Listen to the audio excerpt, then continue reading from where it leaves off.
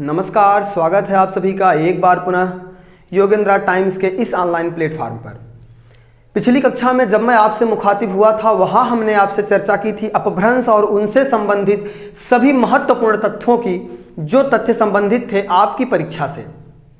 आज मैं आपसे जो बात करूंगा वो संबंधित है हिंदी और उसकी उपभाषा और बोलियों से। आज का हमारा जो विषय है, आप एक बार ध्यान दें, यहाँ पर आपका आज का जो विषय होगा हिंदी, और हिंदी में इसकी उपभाषाएं एवं बोलियां।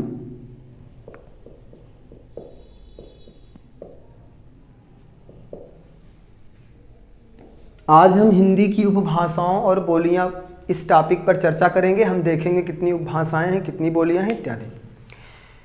आपको मैं बता देना चाहता हूं, आज आप देख रहे हैं, आपने पहले देखा होगा, पहले के कार्यकाल में यहाँ पर जो लोग हुए वो खास करके अंग्रेजी में बोला करते थे, जैसे यहाँ पर भाषण देना हो, कहीं पर विदेश में गए हों, कहीं पर भी हों। लेकिन आपने देखा पिछले समय में हमारे देश के जो यशस्वी पूर्व प्रधानमंत्री रहे माननीय श्री अटल बिहारी वाजपेयी जी ने यूएनओ में भाषण दिया हिंदी में। उसके बाद आप देखते हैं सुषमा स्वराज जी ने, जो कि मंत्रिमंडल में मंत्री रही। बाद में आपने देखा मोदी जी ने। तो ऐसे यशस्वी लोग, ऐसे व्यक्तित्व को पाकर के हिंदी धन्य हो गई है, और ऐसे ही हिंदी का विकास करने में आप भी निरंतर सहयोग प्रदान करते रहें। तो आपको ये जान करके हैरानी नहीं होनी चाहिए कि हिंदी को बढ़ाने के लिए आप भी एक अहम योगदान दे सकते हैं। आपने देखा अभी हाल ही में भाला फेंक में विश्व में अपना परचम लहराने वाले आपके भारत के नीरज चोपड़ा ने भी हिंदी में वार्ता की। ये गौरव की बात है। यूएनओ में कोई व्यक्ति जाता है, हिंदी में बोलता है, ये गौरव का क्षण है। भारत का नेता जो आप सभी भारतीयों का जो क्या कर रहा है, प्रतिनिधित्व कर रहा है, वह व्यक्ति जब हिंदी में बोलता है। नीरज चोपड़ा को आपने देखा, व्यक्ति गोल्ड मेडल जीत करके हिंदी में बात कर रहा है। ये गौरव का क्षण है हिंदी भाषियों के लिए, हम सब के लिए गौरव की बात है। इसी तरह से आप भी हिंदी को बढ़ाने में अपना योगदान दे सकते हैं। तो आज मैं आपको बता दूं कि हिंदी संविधान में मूल रूप से क्या कहाँ वर्णित है, उससे क्या सवाल आएंगे, दो एक पॉइंट उसको देखेंगे। उसके बाद बोली, उपभाषा, विभाषा, राजभाषा क्या है, इसकी चर्चा करेंगे। फिर हम बोलियों का क्षेत्र देखेंगे कि उनको कैसे बांटा गया है, किस उपभाषा के अंतर्गत कौन सी बोली आती है। आइए देखते हैं। सबसे पहला पॉइंट आप लिखेंगे, भारतीय संविधान में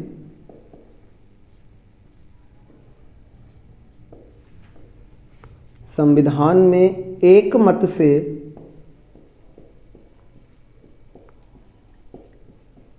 हिंदी को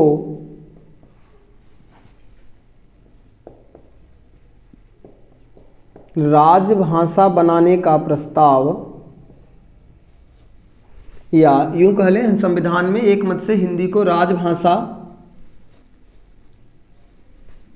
के रूप में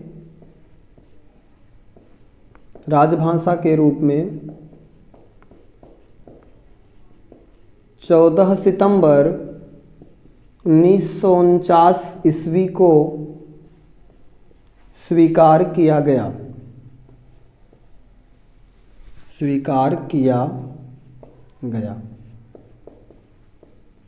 यहां पर मैंने क्या बताया, संविधान में एक मत से हिंदी को, देखिए जो लोग थे संविधान सभा में, उन्होंने एक मत से हिंदी को राजभाषा के रूप में स्वीकार किया है। कब किया है? 14 सितंबर को।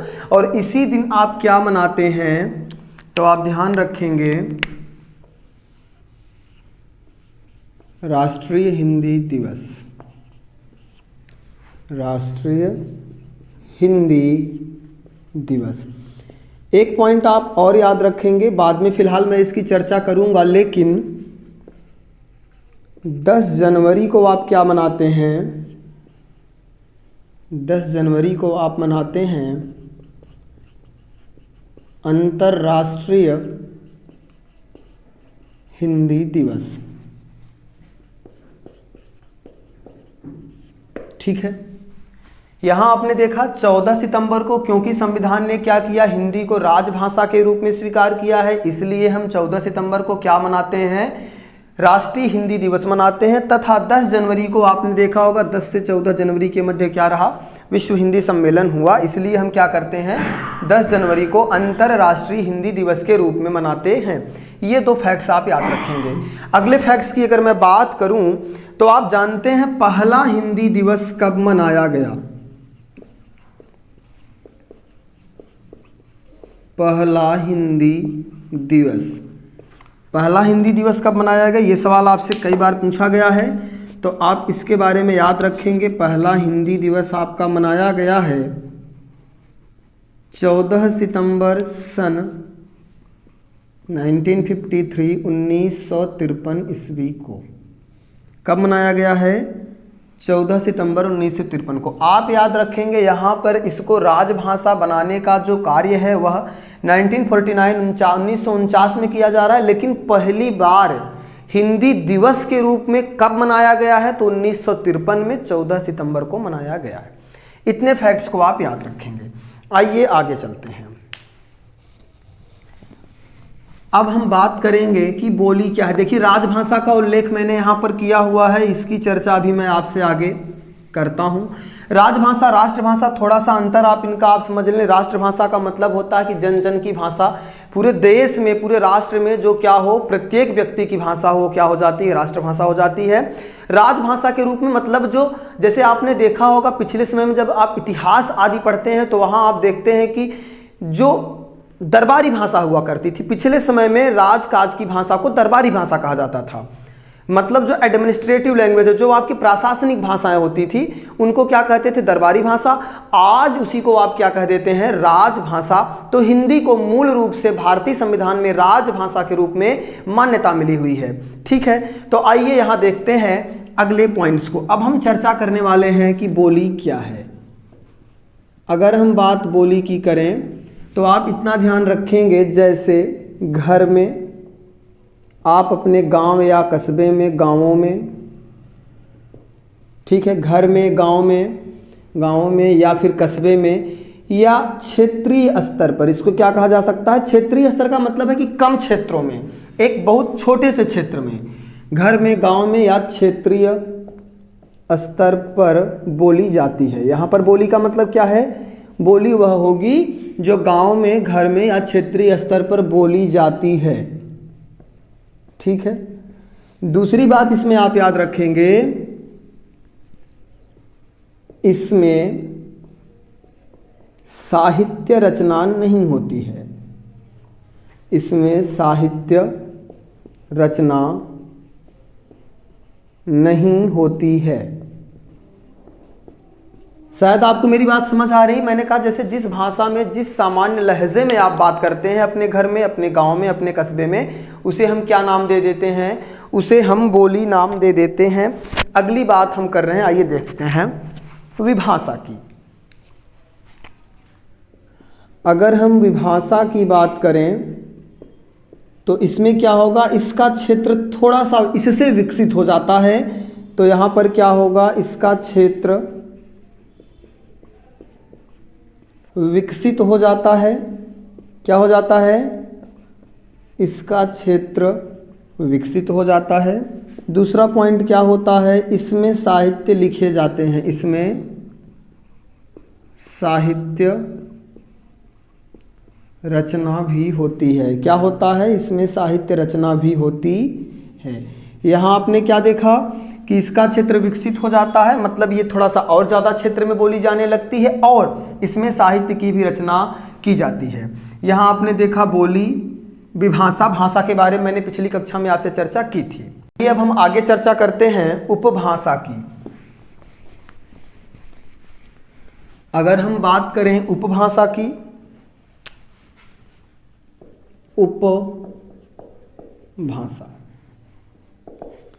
उपभाषा आप यहां ध्यान रखेंगे, ये आकृति,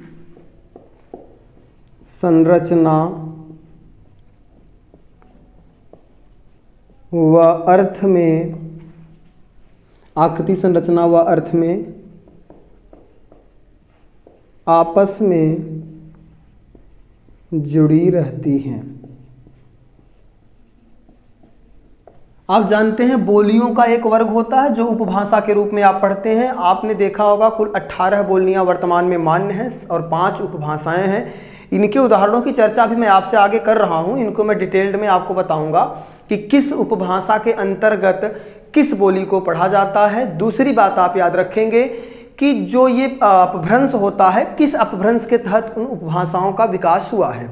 तो मूल रूप से जो बोलियां होती हैं वे किसके अंतर्गत आएंगी, वे आएंगी उपभाषाओं के अंतर्गत, जिनका एक समूह होगा। तो आपने देखा होगा कि जिनकी आकृति, संरचना, अर्थ या बनावट आपस में मिल रहा होता है, उनको हम कहाँ रख देते हैं, एक उपभाषा समूह में रख देते हैं। दूसरी बात, अगर हम राजभाषा की करें या राष्ट्रभाषा आप कहें, तो इनमें क्या होता है, पहली बात तो ये होती है मानक भाषा। क्या होती है, मानक भाषा।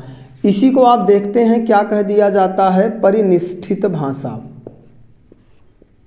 कहीं कहीं आपको ऐसे दे दिया जाएगा, मतलब जो राजभाषा होगी वो परिनिष्ठित भाषा होगी, या यूं कह लें कि राजभाषा कैसी होती है, मानक भाषा होती है। साहित्य लिखे जाते हैं, क्या होता है, साहित्य लिखे जाते हैं। राजकाज, राजकाज मतलब क्या है यहाँ पर, प्रशासनिक, प्रशासनिक भाषा होती है। मतलब प्रशासन के कार्य इस भाषा में होते हैं, मानक भाषा होती है, साहित्य लिखे जाते हैं और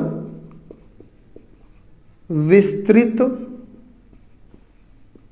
व्याकरण व शब्दकोश, विस्तृत व्याकरण व शब्दकोश भी होता है। तो समझ पा रहे हैं, यहाँ पर आप ध्यान रखेंगे कि जब मैंने राजभाषा या परिनिष्ठित भाषा की बात की, यहाँ मैंने आपको बताने का प्रयास किया कि ये मानक भाषा होती है, इसमें साहित्य लिखे जाते हैं और क्या होता है, राजकाज के कार्य इसमें होते हैं, मतलब प्रशासनिक कार्य भी इस भाषा में होंगे, और विस्तृत व्याकरण व इसका विस्तृत शब्दकोश भी होता है। तो मतलब ऐसी भाषा जिसमें ये गुण पाए जाते हैं वे राजभाषा के रूप में जानी जाती है। तो भारत की राजभाषा कौन सी है, हिंदी है, इसका ध्यान आप रखेंगे। आगे हम और चर्चा भी इसकी करते हैं। चलिए आगे देखते हैं। अब हम जो बात करेंगे आपसे वो मूल रूप से हम बात करेंगे कि जो बोलियां हैं वे किन उपभाषाओं के अंतर्गत आएंगी। चलिए देखते हैं। अब हम चर्चा करेंगे कि किन उपभाषाओं के अंतर्गत कौन सी बोली आती है, और ये भी देखेंगे कि उनका विकास किस अपभ्रंश से हुआ है। तो सबसे पहली बात आप यहाँ पर देखेंगे कि इनके विकास में कौन सा अपभ्रंश सहायक रहा, अतः किस अपभ्रंश से इनका विकास हुआ है। एक पॉइंट तो आप यहाँ ये देखेंगे।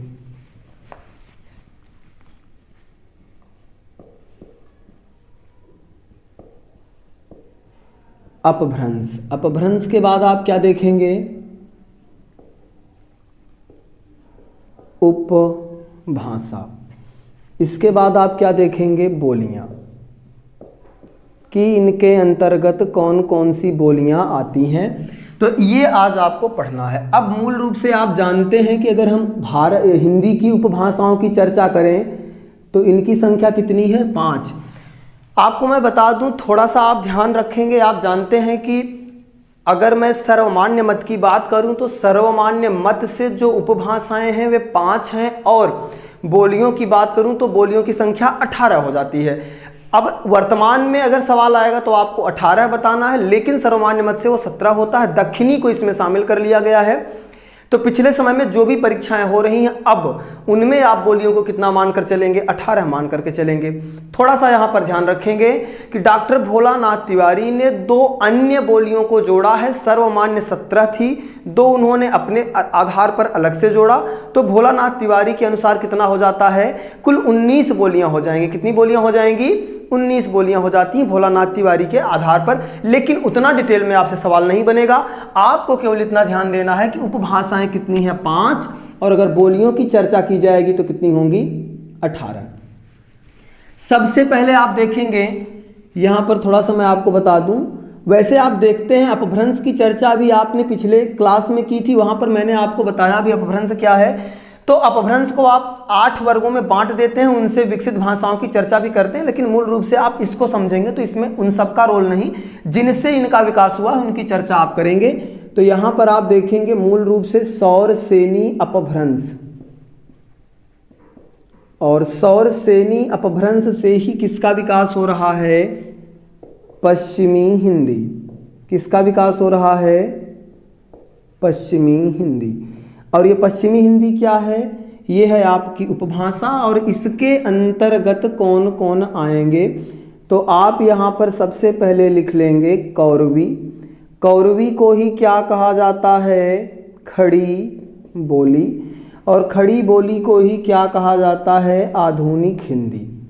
आपसे पूछेगा आधुनिक हिंदी जो वर्तमान में है वो किस अपभ्रंश से विकसित हुई? तो जवाब होगा सौरसेनी अपभ्रंश। या यूं पूछ ले कि कौरवी किससे विकसित हुई? तो भी जवाब होगा सौरसेनी अपभ्रंश। या यूं पूछ ले कि आपकी आधुनिक हिंदी जो है वो किस अपभ्रंश के अंतर्गत आएगी? तो जवाब होगा सौरसेनी। किस उपभाषा के अंतर्गत आएगी? तो पश्चिमी हिंदी। कौरवी हो गया। इसके अलावा आप यहां पर लिखेंगे कन्नौजी, खड़ी बोली मैंने यहां लिख ही दिया है। बुंदेली, ब्रजभाषा, क्या क्या लिख लिया आपने? कौरवी, कन्नौजी, बुंदेली, ब्रजभाषा। एक आप यहां पर लिखेंगे दक्षिणी। ठीक है, कौरवी, बुंदेली, ब्रजभाषा, दक्षिणी, ये सब किसके अंतर्गत आ रहे हैं? ये सभी आएंगे पश्चिमी हिंदी के अंतर्गत। यहां पर आप एक और लिख लेंगे हरियाणवी। क्या लिख लेंगे? हरियाणवी। यहां आपने देखा कि कितना हो गया ये? 1 2 3 4 5 6। तो 6 बोलियां हमारी पश्चिमी हिंदी के अंतर्गत आ रही। मैंने कहा इसको क्या किया गया है? लास्ट में जोड़ा गया, या फिर इसको अब मान्यता देकर के 18 आपकी बोलियां हो गई हैं, नहीं तो पहले 17 मान्य थी। तो कौरवी को खड़ी बोली कहते हैं, आधुनिक हिंदी इसके अंतर्गत आती है। हरियाणवी की बात करें तो इसे एक नाम और दे दिया जाता है बांगरू। बांगरू क्यों कह दिया जाता है? वहाँ की जो मूल बोली है वहाँ के बोलने वालों के आधार पर इसको एक नाम प्रदान कर दिया गया। नाम क्या दे दिया गया? बांगरू। और दूसरी बात अगर हम करें ब्रजभाषा की, अच्छा एक नाम और इसका याद रखेंगे, इसे देशवाली भी कहा जाता है। बांगरू के साथ साथ देशवाली भी कहा जाता है। किसे कहा जाएगा? ये हरियाणवी को। ब्रजभाषा की बात अगर हम कर लें तो ब्रजभाषा का भी एक उपनाम बना दिया गया। उस उपनाम के बारे में अगर मैं बात करूं तो उसे क्या कहते हैं? अंतर्वेदी। क्या कहते हैं? अंतर्वेदी। अंतर्वेदी पूछ लेगा किसे कहा जाता है? तो ब्रजभाषा को कहा जाता है। हरियाणवी को बांगरू या देशवाली के नाम से जाना जाता है। इसके अलावा आप ध्यान रखेंगे, अब हम बात करेंगे अगले उपभाषा की। यहाँ पर आपने उपभाषा देख लिया पहला, और अगर इनकी बात करें तो आप 1 2 3 4 5 और ये 6। तो इस तरह से आप इसको काउंट कर लीजिएगा, जिससे आपका ये डाउट स्पष्ट हो जाए कि ये 18 हैं और ये 5 हैं। अब पॉइंट नंबर 2 की बात हम कर रहे हैं, और इसमें अब हम बात करेंगे राजस्थानी की। किस उपभाषा की बात कर रहे हैं? राजस्थानी की। राजस्थानी को थोड़ा सा आप यूं समझ लें अगर, तो राजस्थानी में देखिए ऊपर वाला जो एरो है इसको क्या कहा जाता है? उत्तर। नीचे वाले को क्या कहा जाता है? दक्षिण। और इधर क्या होता है? पूर्व। और इधर क्या होता है? पश्चिम। तो ये 4 दिशाओं में ऐसे आपको नाम दे दिया जाता है। राजस्थानी में अगर आप देखेंगे तो पहला, दूसरा, तीसरा, चौथा, तो इन चारों का नाम दे दिया जाता है ऐसे। पूर्वी राजस्थानी, फिर पश्चिमी राजस्थानी, फिर उत्तरी राजस्थानी, और क्या कह दिया जाता है? और कह दिया जाता है दक्षिणी राजस्थानी। ठीक है, तो मूल रूप से 4 इनको आप ऐसे भेदों में बांट देते हैं, क्योंकि दिशाओं के आधार पर कि कहाँ पर किसका प्रयोग होता है, इस आधार पर इनको बांट दिया जाता है। पूर्वी की बात अगर हम करें तो पूर्वी में आपका आ जाता है जयपुरी। ढूंढाड़ी आप इसको और भी एक नाम से जानते हैं, ये जयपुरी या ढूंढाड़ी नाम दे दिया जाता है। पश्चिमी राजस्थानी की अगर हम बात करें तो पश्चिमी में आ जाता है मारवाड़ी। पश्चिमी में क्या आ जाता है, पश्चिमी को और क्या नाम दे देते हैं, मारवाड़ी। इसको क्या नाम दे देते हैं, उत्तरी को मेवाती, और दक्षिणी को क्या नाम दे देते हैं, मालावी। तो इस तरह से आपने देखा कि जो 4 उपभाग हो रहे हैं, 4 बोलियां हो रही हैं, इनका अलग अलग भी नाम है, पूर्वी राजस्थानी, पश्चिमी राजस्थानी, उत्तरी राजस्थानी, दक्षिणी राजस्थानी। और इनको क्या कहा जा रहा है, जयपुरी, मारवाड़ी, मेवाती और मालावी। मेवाती किसको कहते हैं, उत्तरी को, और मालावी किसको कहते हैं, दक्षिणी को। अब हम बात करेंगे तीसरे की, तो आइए तीसरा देखते हैं। ऊपर वाला मैं इरेज कर दूं, यहाँ पर आप काउंट करते रहिए कि उपभाषा पहला दूसरा, यहाँ पर आपने देखा 6 और 4 के कितने हो गए आपके 10। तो अभी तक आपने 10 बोलियां और कितना देख लिया, 2 उपभाषाएं। आइए अगला देखते हैं। और एक चीज और ध्यान रखेंगे, राजस्थानी की बात अगर हम करें तो राजस्थानी के अपभ्रंश की बात करें तो ये भी सौर सेनी के नागर अपभ्रंश से विकसित है। ये भी किससे है, सौर सेनी से ही, लेकिन सौर सेनी के किससे, नागर अपभ्रंश से विकसित है। इस बात का आप ख्याल रखेंगे राजस्थानी के बारे में। आइए अगला देखते हैं। अब हम बात करेंगे आपसे पहाड़ी हिंदी की, और आप अब पहाड़ी हिंदी के बारे में देखेंगे।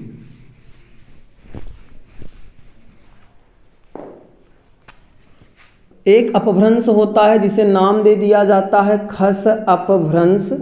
और खस अपभ्रंश से कौन विकसित हुआ है, तो पहाड़ी हिंदी। इसको क्या नाम दे दिया गया, पहाड़ी हिंदी। और पहाड़ी हिंदी के अंतर्गत आप किसको पढ़ते हैं,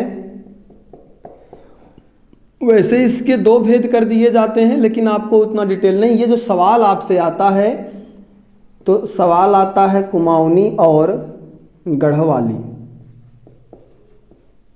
2 सवाल आपसे पूछेगा, कुमाऊनी गढ़वाली किसके उपभेद हैं, तो पहाड़ी हिंदी के उपभेद हैं। आप यहां पर देखेंगे कुमाऊनी और गढ़वाली, ये कुमाऊनी और गढ़वाली 2 भेद किसके हैं, ये आपकी बोलियां हैं पहाड़ी हिंदी की, जो किसके अंतर्गत आती हैं, खस अपभ्रंश के। सवाल क्या बनेगा, पहाड़ी हिंदी किस अपभ्रंश से विकसित है, खस से। कुमाऊनी किससे विकसित है, खस अपभ्रंश से। गढ़वाली किससे विकसित है, तो खस अपभ्रंश से। कुमाऊनी गढ़वाली जो बोलियां हैं वो किस उपभाषा के अंतर्गत आएंगी, तो पहाड़ी हिंदी के अंतर्गत आती हैं। अब हम बात करेंगे पूर्वी हिंदी की, और पूर्वी हिंदी की अगर हम बात करें तो यहाँ पर आपको ये जान लेना चाहिए कि ये अर्धमागधी अपभ्रंश के अंतर्गत आएगी। किसके अंतर्गत, अर्धमागधी अपभ्रंश। अर्धमागधी अपभ्रंश के अंतर्गत क्या आएगी, पूर्वी हिंदी। और पूर्वी हिंदी में आप किसको पढ़ते हैं, अवधी, बघेली, छत्तीसगढ़ी। ठीक है, ये आपके क्या हो गए, ये 3 बोलियां हो गई किस उपभाषा की, तो पूर्वी हिंदी की। पूर्वी हिंदी की बोलियां कितनी हो गई हैं, 3। कौन कौन सी, अवधी, बघेली और छत्तीसगढ़ी। अवधी को और क्या कह दिया जाता है, आप जानते हैं, अवधी को क्या कह देते हैं, कोसली कह देते हैं, और क्या कह देते हैं, बैसवाड़ी कह देते हैं, और कहीं कहीं पर बैसवाड़ी भी कह दिया जाता है। तो मूल रूप से अवधी को और क्या क्या कहा जाएगा, अवधी को कोसली या बैसवाड़ी या बैसाड़वी कह दिया जाता है। छत्तीसगढ़ी को क्या कहा जाता है, छत्तीसगढ़ी का नाम हो जाता है खलटाही या लरिया। छत्तीसगढ़ी का नाम क्या हो जाता है, खलटाही या लरिया। इसी तरह से बघेली को भी एक उपनाम दे दिया जाता है रिवाई। क्या नाम दे दिया जाता है, रिवाई। आपने यहां देखा अवधी, बघेली, छत्तीसगढ़ी, तो यहां पर 2 ये और 3 ये, ये किसके अंतर्गत आ रहे हैं? तो पूर्वी हिंदी के अंतर्गत। और ये किसके अंतर्गत आ रहे हैं? पहाड़ी हिंदी के। पूर्वी हिंदी में मूल रूप से बोलियां कौन कौन सी आएंगी? अवधी, बघेली और छत्तीसगढ़ी। तो अवधी का नाम होगा कोसली बैसवाड़ी या बैसड़ावी, यहाँ पर बघेली को रिवाई कहते हैं, छत्तीसगढ़ी खलटाही और लरिया के नाम से भी जानी जाती है। तो मूल रूप से आप ये देख रहे हैं उपभाषाएं और बोलियां। हमने यहाँ पर क्या देख लिया? तीसरा, और ये हो गया चौथा। अब पांचवें की बात अगर हम करें तो पांचवा आप यहाँ पर मागधी, अर्धमागधी था, पांचवा हो जाएगा आपका मागधी अपभ्रंश। और मागधी अपभ्रंश से विकसित होकर के क्या बनेगी? बिहारी हिंदी। क्या होगा? बिहारी हिंदी। और बिहारी हिंदी के अंतर्गत भोजपुरी तो आएगी ही, भोजपुरी के अलावा मगही और मैथिली भी आती है। कौन कौन सी आएंगी? भोजपुरी, मगही और मैथिली। ये तीनों किसके अंतर्गत आ जाती हैं? ये तीनों आपकी बिहारी हिंदी के अंतर्गत आती हैं। तो 3, 3, 6, 6, 2, 8 और 10 आपने पहले पढ़ा था। तो इस आधार पर आपने देखा 10 और 8 18 क्या हो रही हैं? बोलियां हो रही हैं। तीसरा, चौथा और पांचवा, तो ये पांचवा क्या हो गया? आपकी उपभाषा हो गई। इस आधार पर आपने देखा कि 5 उपभाषाएं और 18 बोलियां आपको पढ़नी हैं। मूल रूप से ये कॉन्सेप्ट आपका बहुत क्लियर हो जाना चाहिए, इसमें कोई डाउट आपको नहीं होना चाहिए। कुछ अन्य सवाल, कुछ अन्य बातें जो इनसे संबंधित हैं, आइए उन पर हम थोड़ा सा ध्यान देते हैं। जैसे मैं आपको बता दूं, अगर हम बात करें भोजपुरी, तो इसका नामकरण किसने किया है? तो नामकरण करने वाले विद्वान का नाम हो जाता है रेमंड। रेमंड नाम के व्यक्ति ने भोजपुरी का नाम रखा, मतलब भोजपुरी को भोजपुरी किसने कह दिया? रेमंड ने कह दिया। मैथिली को कालब्रुक ने नाम दिया। किसने नाम दिया है? कॉलबुक ने। मैथिली को नाम किसने दिया? कोलबुक। ये एक व्यक्ति है जिसने किसको नाम दे दिया? मैथिली को। तो यहाँ पर ये फैक्ट भी आप याद रखेंगे कि कोलबुक का नामकरण किसने किया है? कोलबुक ने किसका नामकरण किया है? मैथिली का। थोड़ा सा जैसे बिहारी हिंदी आपने यहाँ पर देखा, तो कभी कभी ये पूछ लेता है कि बिहारी हिंदी को बिहारी हिंदी किसने कहा है? तो बिहारी हिंदी को बिहारी हिंदी कहा है डॉक्टर जॉर्ज अब्राहम ग्रियर्सन ने। तो इसी के साथ आप एक बात और याद रखेंगे, डिंगल नाम भी दिया गया है। डिंगल नाम की बात करें अगर हम, तो डिंगल नाम किसने दिया है? डिंगल पिंगल आप शैली पढ़े होंगे, लेकिन मूल रूप से आप याद रखेंगे। रुकिए, इन पॉइंट्स को मैं इरेज कर दूं। ये शायद आप समझ गए होंगे कि यहाँ पर 5 उपभाषाएं, 18 बोलियां कौन कौन सी हैं। भोजपुरी का नामकरण रेमंड के द्वारा किया गया, मैथिली का नामकरण कोलबुक के द्वारा किया गया। तो ये सारे फैक्ट्स आपके थे जो आपने अभी देखा है। आइए आगे चलते हैं। इतना आपने देख लिया है, अब हम अगले फैक्ट्स की तरफ आगे बढ़ेंगे। तो उसमें सबसे पहली बात आप याद रखेंगे कि एक है आपके बांकी लाल। क्या नाम है? बांकी लाल। कभी कभी पूछ लेता है कि डिंगल नाम किसने दिया है? तो डिंगल नाम किसने दिया है? बांकी लाल ने। ये फैक्ट आपको याद रखना है कि डिंगल नाम किसने दिया? बांकी लाल ने दिया है। ब्रजबुली या पुरानी बांग्ला, आप जानते हैं कई बार ये सवाल पूछा गया है, बार बार परीक्षाओं में ये सवाल पूछा जाता है। तो ये नाम आप याद रखें, अगर बदलाव हुआ तो इस तरह के सवाल आ सकते हैं। ईश्वरी चंद्र गुप्त के द्वारा, ईश्वरी चंद्र गुप्त के द्वारा सवाल कैसे पूछा गया कि पुरानी बांग्ला को किस नाम से जानते हैं, या ब्रजबुली नाम किसका है? तो ईश्वरी चंद्र गुप्त ने पुरानी बांग्ला को नाम दिया है, क्या दिया है? ब्रजबुली। क्या नाम दिया है? ब्रजबुली। तो यहाँ याद रखेंगे कि पुरानी बांग्ला को ब्रजबुली नाम दिया गया, और किस व्यक्ति ने दिया है? तो ईश्वरी चंद्र गुप्त ने। ये मोस्ट इंपॉर्टेंट आपके लिए, इसको आप जरूर ध्यान में रखें, ये सवाल बार बार आपसे पूछा जाता है। डिंगल को नाम और एक दे दिया जाता है, भाट भाषा भी कह दिया जाता है। डिंगल को एक नाम और क्या दे दिया जाता है? भाट भाषा। और पिंगल को एक नाम दे दिया जाता है नाग भाषा। क्या नाम दे दिया जाता है? नाग भाषा। आप ध्यान रखेंगे कि डिंगल को एक नाम और दे दिया जाता है भाट भाषा, और इसको क्या नाम दे दिया जाता है? नाम भाषा। मूल रूप से सवाल आए कि डिंगल नाम किसने दिया? तो बांकी लाल ने। और पुरानी बांग्ला को क्या कहते हैं? ब्रजबुली। या ब्रजबुली किसका उपनाम है? तो पुरानी बांग्ला का। और पुरानी बांग्ला का ब्रजबुली नाम किसने दिया है? तो ईश्वरी चंद्र गुप्त ने दिया है। ये फैक्ट आप याद रखेंगे।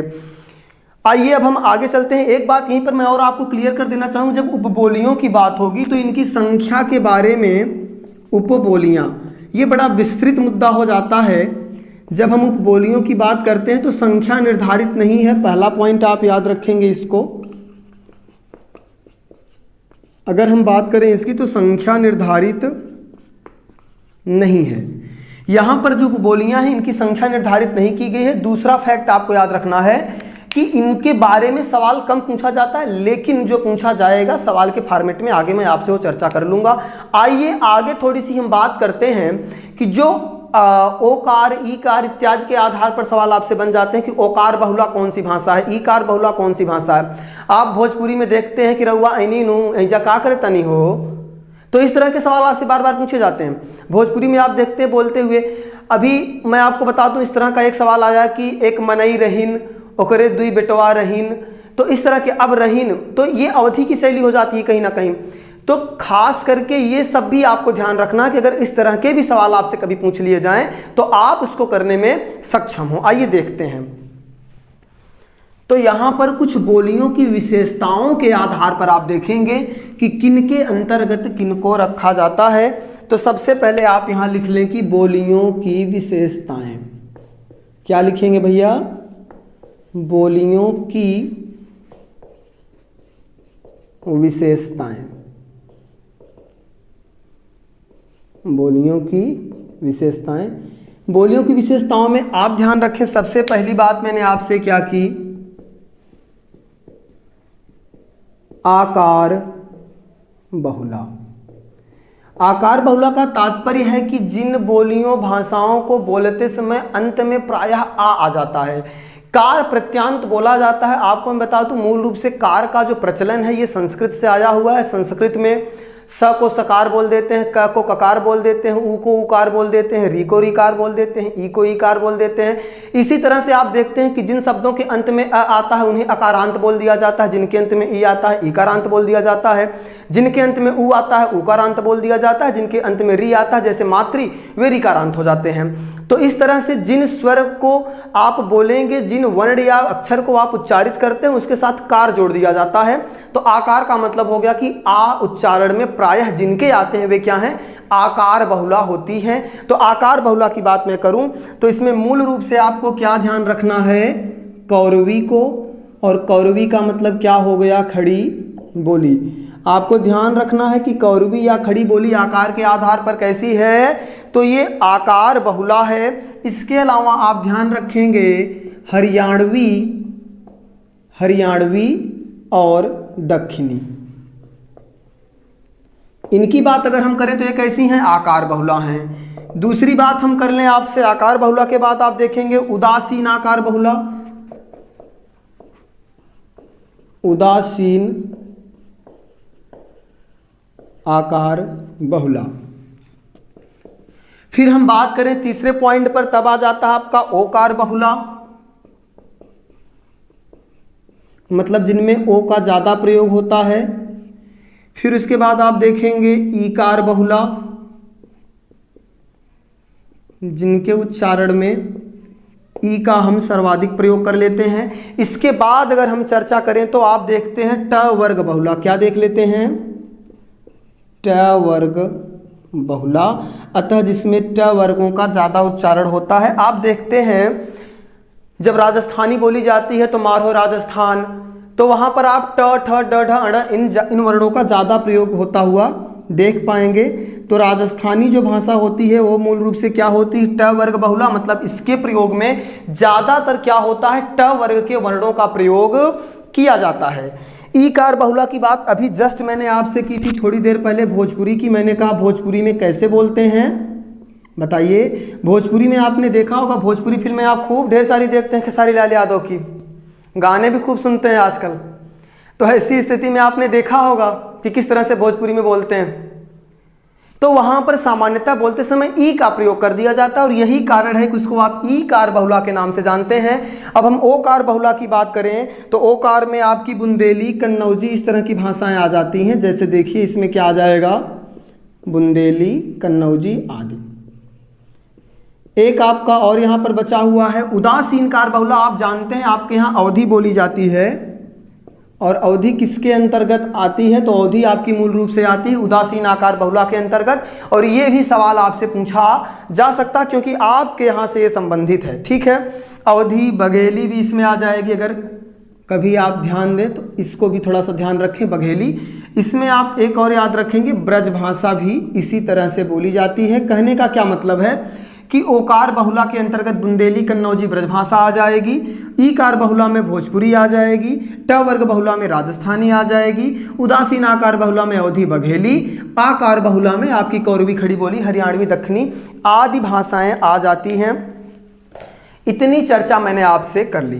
कुछ सवाल था, कुछ मतभेद था, थोड़ा सा लोग परेशान थे कि हिंदी शब्द व्याकरणिक दृष्टिकोण से विशेषण कैसे है। मैं आपको स्पष्ट कर देना चाहूँगा, एकदम निश्चिंत होकर के आप इसको ध्यान रखेंगे कि हिंदी शब्द व्याकरणिक दृष्टिकोण से विशेषण है, संज्ञा नहीं है।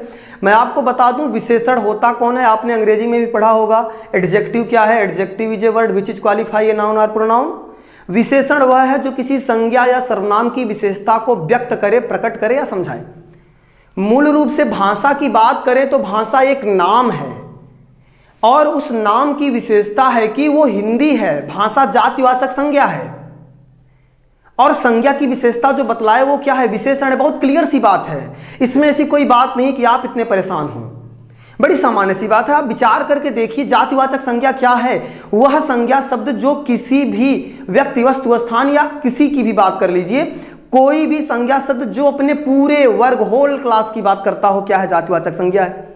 तो भाषा का मतलब क्या? भाषा कोई भी हो सकती है ना, भाषा कोई भी हो सकती है। राजस्थानी हो सकती है, आपकी अंग्रेजी हो सकती है, डच, स्पेनिश, टर्की, या फिर यूं कह लें ईरानी, अफगानी, कोई भी भाषा हो आपकी, उर्दू, हिंदी, संस्कृत, फ्रेंच।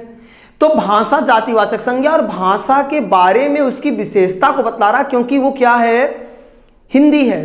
तो ये भाषा की विशेषता है, ये क्वालिफाई करता है, ये बताता है कि भाषा क्या है, हिंदी है। उसके गुण है कि वो हिंदी है। इस लिहाज से वो क्या हो जाता है? विशेषण हो जाता है। तो प्यारे मित्रों, निश्चिंत रहिए एकदम से। कोई डाउट हो आपका, इस प्रकार का कोई सवाल हो जो आपके जहन में परेशानी पैदा कर रहा हो, निश्चित रूप से आप वो हमसे सवाल करें। आप कमेंट बॉक्स में सवाल कर सकते हैं, हम उसका जवाब देने का प्रयास करेंगे। अगले वीडियो में हम आपसे उस पर मुखातिब होंगे तो वार्ता करेंगे। इसलिए निश्चिंत रहें, मस्त रहें, व्यस्त रहें, पढ़ते रहें, दरोगा बनने की पूरी तैयारी किए रहें। आप मान कर चलें कि आप दरोगा हैं, इस कॉन्फिडेंस से पढ़िए, पूर्ण आत्मविश्वास से लगे रहिए, मेहनत करते रहिए। आज के लिए इतना ही। आभार, धन्यवाद, जय हिंद। शेयर करें, लाइक करें, सब्सक्राइब करें।